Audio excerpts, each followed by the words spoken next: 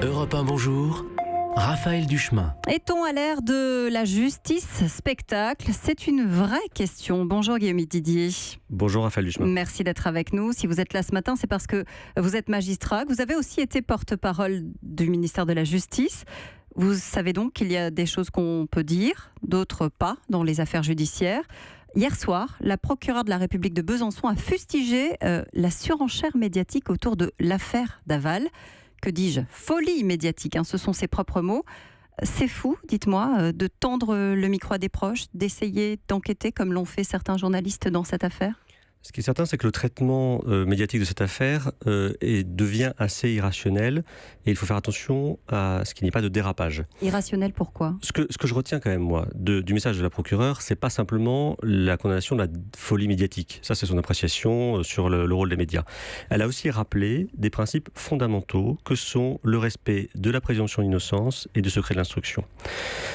C'est un rappel qui était très fort, très solennel, très personnel, mais il ne faut pas se tromper, il ne s'adresse pas qu'à l'affaire Daval.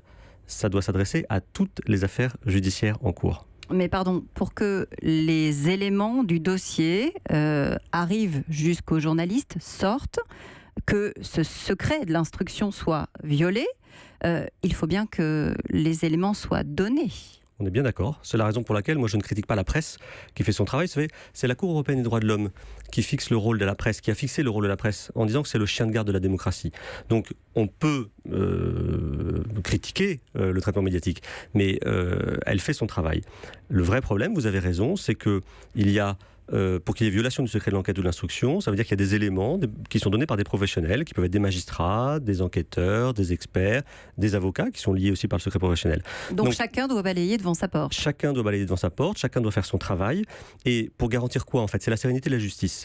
La justice, elle a besoin de sérénité. Il ne s'agit pas d'entraver le travail de la presse, mais juste que les journalistes informent, les experts décryptent, mais tout le monde ne doit pas se transformer en juge ou en procureur. Alors, à partir de quand les choses deviennent choquantes, ces violations du secret de l'instruction, ces éléments qui ont été livrés à l'opinion publique, la parution par exemple des échanges de SMS, ça c'est quelque chose qui est choquant? C'est choquant parce que ça rappelle la raison du principe du secret de l'instruction. Il y a deux raisons principales. C'est d'abord de préserver la présomption d'innocence et ensuite de préserver la sérénité et la sécurité de l'enquête. Tout ce qui est susceptible de venir entraver la recherche de la vérité dans une affaire, en particulier dans une affaire criminelle, est vraiment très problématique. Le temps judiciaire n'est pas le même que le temps médiatique. Alors évidemment, les médias et l'opinion publique a envie de savoir tout de suite, immédiatement, ce qui s'est passé, qui est l'auteur, qui est responsable, pourquoi il a fait ça. La justice, elle a besoin de plusieurs mois et de plusieurs années. Cette valeur fondamentale de la présomption d'innocence et du secret de l'instruction ne se marchande pas. Voilà ce qu'a dit la procureure de Besançon hier soir. Marchander? Ça ne se marchande pas, mais ce ne sont pas non plus des principes à la carte.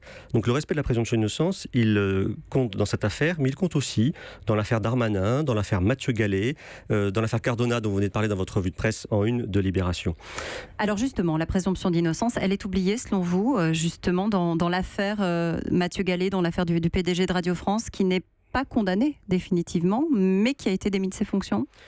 Vous savez, la présomption d'innocence, c'est un principe qui est garanti par la Constitution, qui est protégé par la Cour européenne des droits de l'homme, et c'est pas un principe à la carte. C'est-à-dire que la présomption d'innocence, c'est un grand principe du droit. Et là, c'est à la carte ? Qui veut que vous êtes présumé innocent jusqu'à ce que vous soyez définitivement condamné par une juridiction. À partir du moment où il y a un appel, ça n'est pas une condamnation Ça définitive. n'est pas une condamnation. Mathieu Gallet est aujourd'hui autant innocent que vous ou que moi. Et quand j'entends certains qui opposent le principe d'exemplarité à la présomption d'innocence en disant l'exemplarité doit primer sur la présomption d'innocence.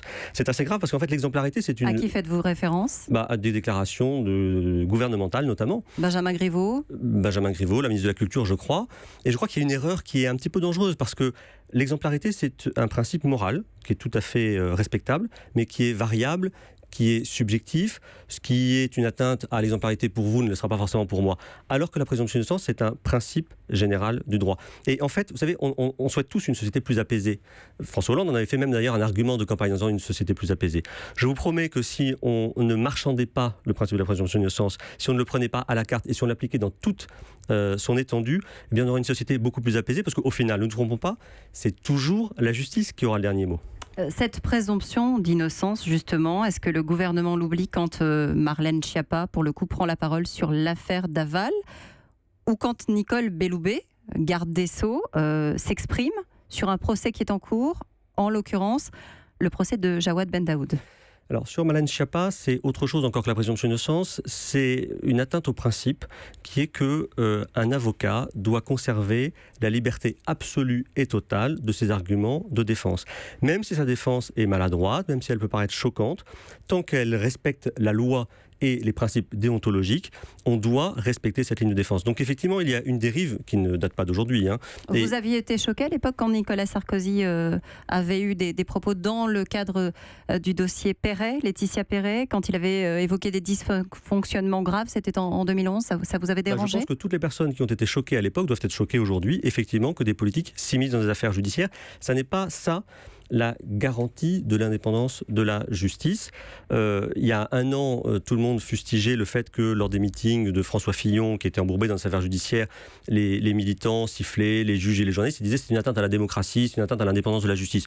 Non, dans une démocratie, c'est d'ailleurs la marque d'une démocratie, c'est une faute politique à mon avis, de siffler les juges et les journalistes, c'est une erreur. Mais c'est pas une atteinte à l'indépendance de la justice, c'est pas une atteinte à la démocratie. C'est le signe des démocraties. On peut critiquer les juges et les journalistes dans une démocratie.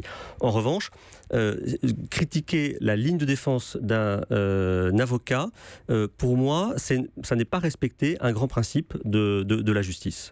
Merci Guillaume Didier d'avoir été avec nous ce matin en direct sur Europe 1.